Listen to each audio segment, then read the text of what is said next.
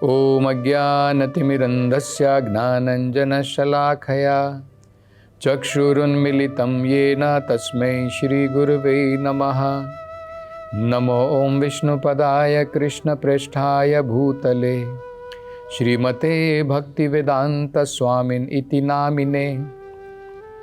नमस्ते सरस्वती देवे गौरवाणी प्रचारिणे निर्विशेष शून्यवादी पाश्चात्य देशतारिणे।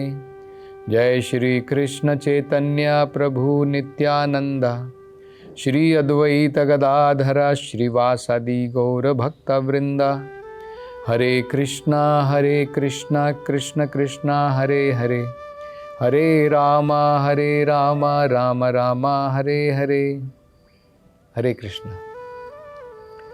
तो पिछली कथा में हम वर्णन कर रहे थे महाराज पृथु अपने राज्य में वापस लौट रहे हैं और किस प्रकार से बड़ा भव्य स्वागत जो है उनका किया जा रहा है। उनकी प्रजा अनेकों प्रकार के पदार्थ लेकर के, प्राकृतिक पदार्थ लेकर के द्वार तक पहुंची है और महाराज पृथु का स्वागत हो रहा है। भागवत में वर्णन किया है, इतना भव्य स्वागत करने के पश्चात भी महाराज पृथु अत्यंत विनम्र थे।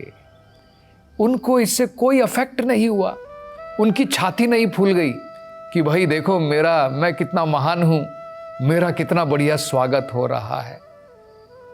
ये जो है उत्तम पुरुष के लक्षण होते हैं।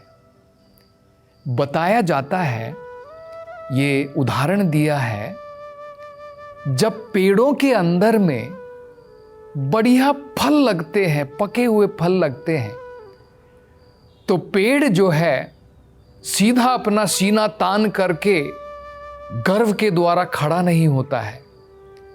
जितने ज्यादा फल लगते हैं पेड़ आगे की तरफ झुक जाता है विनम्र भाव से।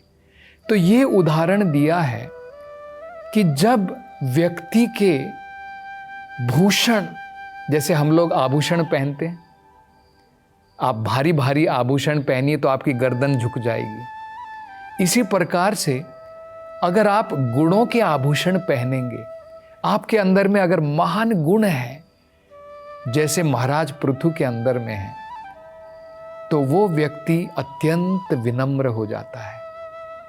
ये भगवद गीता में बताया है। विद्या विनये संपन्ने, जब व्यक्ति को असली ज्ञान प्राप्त होता है वो विनम्र हो जाता है। विद्या प्राप्त करने के बाद व्यक्ति गर्वित नहीं हो जाता है। गर्वित कौन लोग होते हैं? असुर लोग होते हैं, जैसे रावण था, ये लोग गर्वित हो जाते हैं। तो आजकल हम लोग देखते हैं कि इस प्रकार के गुण लोगों के अंदर में नहीं है। कई बार हमने स्वयं देखा है कि कुछ पॉलिटिशियंस जब वो ज़्यादा फेमस नहीं थे तो लोगों के घरों घरों तक जाते थे वोट मांगने के लिए और विनम्र भाव से कहते थे कृपा करके वोट दीजिए, वोट दीजिए। और एक बार गद्दी प्राप्त होने के बाद में लोगों की तरफ देखते भी नहीं है। तो उस प्रकार से लोग जो हम लोग देखते हैं कि छोटे मोटे पोजीशन, कुछ स्थान प्राप्त करने के बाद में लोगों की छाती फूल जाती है, गर्व से भर जाते हैं, आम लोगों को दूसरी नज़र से देखते हैं, मैं महान हूँ। लेकिन ये जो है महान व्यक्ति के गुण नहीं है, ये लक्षण नहीं है। महान व्यक्ति के लक्षण हैं, हम देख रहे हैं महाराज पृथु जो हैं साक्षात भगवान के दर्शन करके आ रहे हैं और राजा हैं, पूरे धरती के राजा हैं। इतना भव्य स्वागत हो रहा है लेकिन उनका मन विचलित नहीं है। उनके मन के अंदर में इसके द्वारा जो है कोई प्रभाव नहीं पड़ा कि मैं बहुत इंपॉर्टेंट व्यक्ति हूँ, देखो मेरी आराधना कैसी हो रही है, मेरे कितने सारे फॉलोअर्स बन गए हैं। इस प्रकार से नहीं है। तो ये महान व्यक्ति के लक्षण बताए जाते हैं। तो उसके बाद में बताया है फिर क्या हुआ। पौराणः जनपदान प्रियवरः प्रदाह। पौराण का मतलब होता है जब वो अपने राज्य में उन्होंने प्रवेश किया, अपने महल के अंदर में जब वो पहुंचे, 2 प्रकार के व्यक्ति उन्होंने राजा पृथु का भव्य स्वागत किया। कौन थे? पौराणः। पौराणा का मतलब होता है जो व्यक्ति अनेकों प्रकार से जिम्मेदार व्यक्ति हैं, श्रेष्ठ व्यक्ति हैं जो राज्य के। जैसे उदाहरण के तौर पर बताया जा सकता है कि बड़े बड़े महान साधुगण थे, बड़े बड़े महान क्षत्रिय हो सकते हैं, अन्य जो छोटे राज्यों के जो राजा थे, ये सब जो श्रेष्ठ व्यक्ति थे उनको बताया जाता है पौराण। और दूसरा क्या बताया है, और किन लोगों ने स्वागत किया? राजमहल के अंदर में बताया है जनपदाहा, आम जनता। आम जनता के लोग भी वहां पर आए और उन्होंने भी भव्य रूप से राजा पृथु का स्वागत किया। मतलब क्या है? देखिए, वैदिक सभ्यता में राजा जो है ऐसा नहीं है कि केवल अपने मिनिस्टर मात्रों को मिलता था और जो आम जनता है उनके लिए कोई एंट्रेंस नहीं है, वो लोग उससे मिल भी नहीं सकते हैं। और क्या बताया? देखिए, प्रिय वर प्रदाह। जब लोग उनसे मिलते थे तो बड़े प्रसन्न होकर के, संतुष्ट होकर के अपनी प्रजा के द्वारा जो उनकी इच्छा थी, जो उनके दुख थे, जो उनकी पीड़ा थी, जो भी उनकी कुछ शिकायत थी, वो सब जो है दूर कर पाते थे। ये बड़ा महत्वपूर्ण है राजा के लिए। राजा अनअप्रोचेबल नहीं होना चाहिए। आजकल हम लोग देखते हैं सरकार के जो एग्जीक्यूटिव हेड होते हैं, जो उनके प्रधान नायक होते हैं, उनको मिलना बहुत कठिन है। आम व्यक्ति, अगर मैं और आप चाहें कि भाई जो सरकार के जो सबसे ऊंचे जो प्रतिनिधि हैं उनसे हम मिलना चाहते हैं, जनता जाकर के मिलना चाहती है, बड़ा कठिन है। तो हम लोगों की अनेकों प्रकार की शिकायतें होती हैं, हम लोग इधर उधर जाकर के भटकते हैं, अपनी शिकायत दाखिल करते हैं और सोचते हैं कि राजा तक जाएगी, लेकिन कहाँ हो पाता है। तो हमारे दुखों का निवारण, हमारी शिकायतें हमारे पास धरी रह जाती हैं। लेकिन वैदिक सभ्यता में देखिए किस प्रकार से था। ये पूरी पृथ्वी के राजा हैं, लेकिन आम जनता भी उनको जो है उनके पास जा सकती थी, उनसे मिल सकती थी।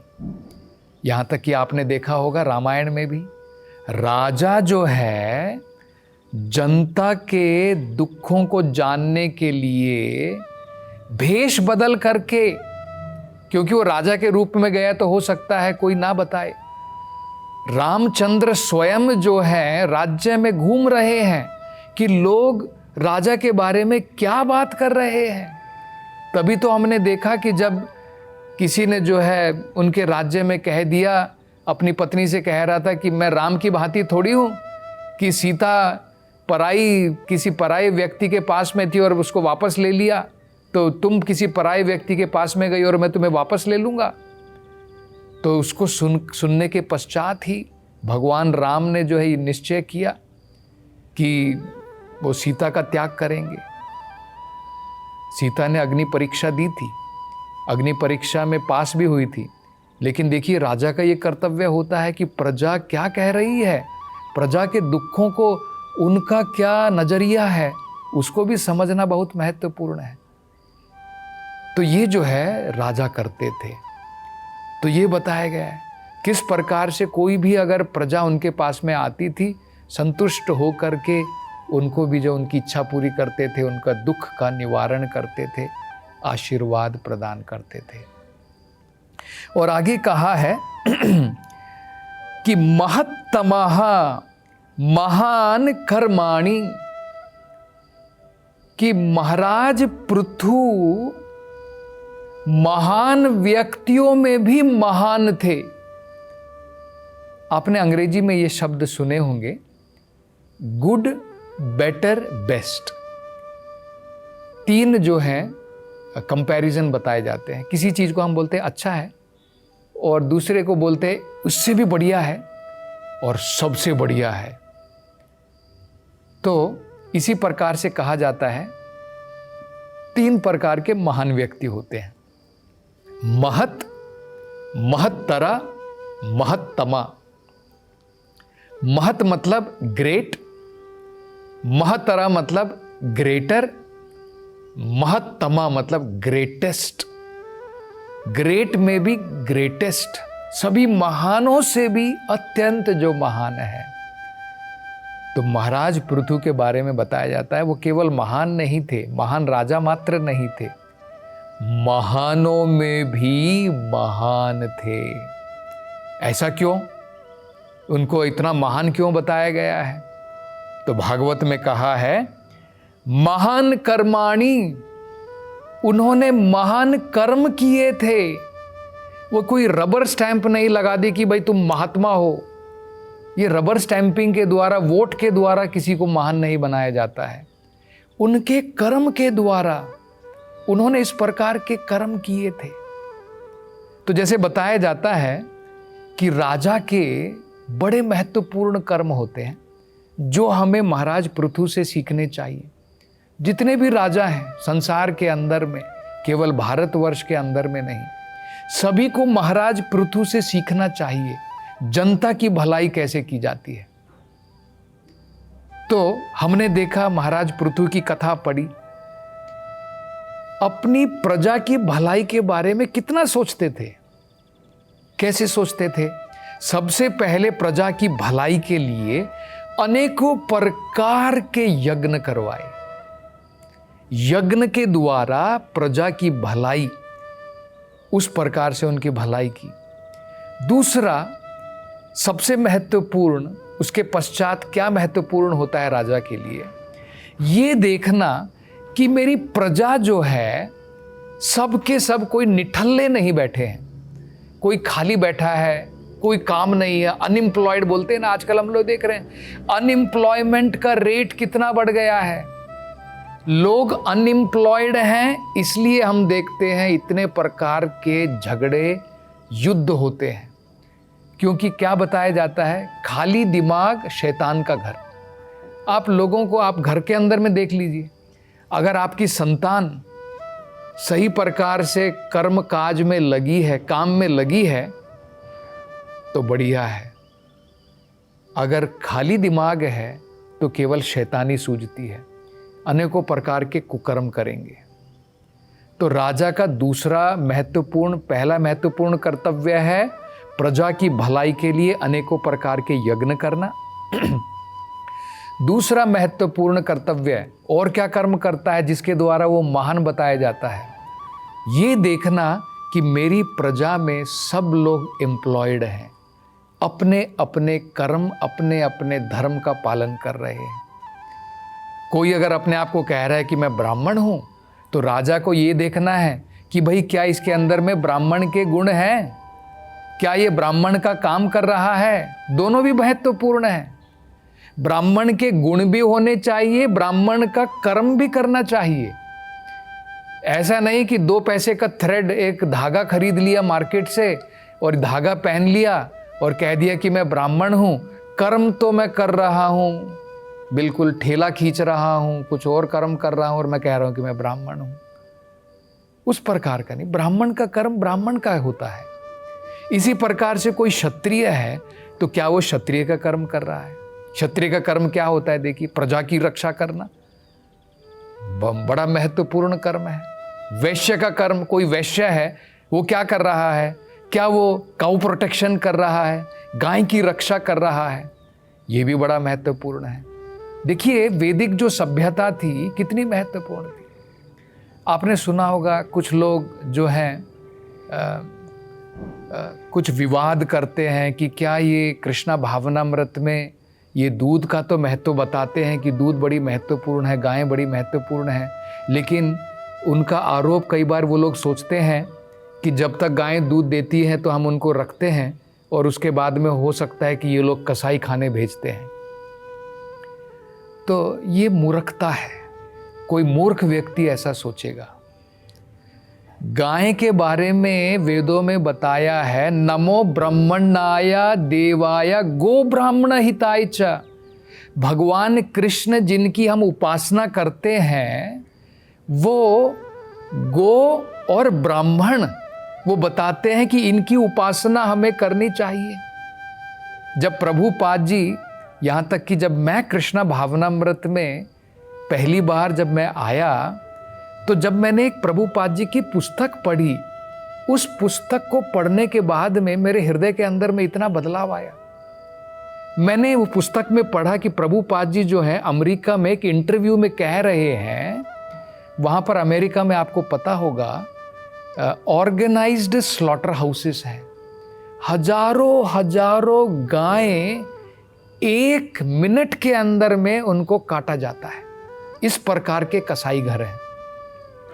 तो प्रभुपाद जी उनसे कह रहे हैं इंटरव्यू में कि देखो, गाय जो है तुम्हें दूध देती है, तो गाय क्या हो गई? अगर गाय तुम्हें दूध प्रदान करती है, जैसे तुम्हारी माँ तुम्हें प्रदान करती है दूध, तो गाय हमारी माँ है, माता है।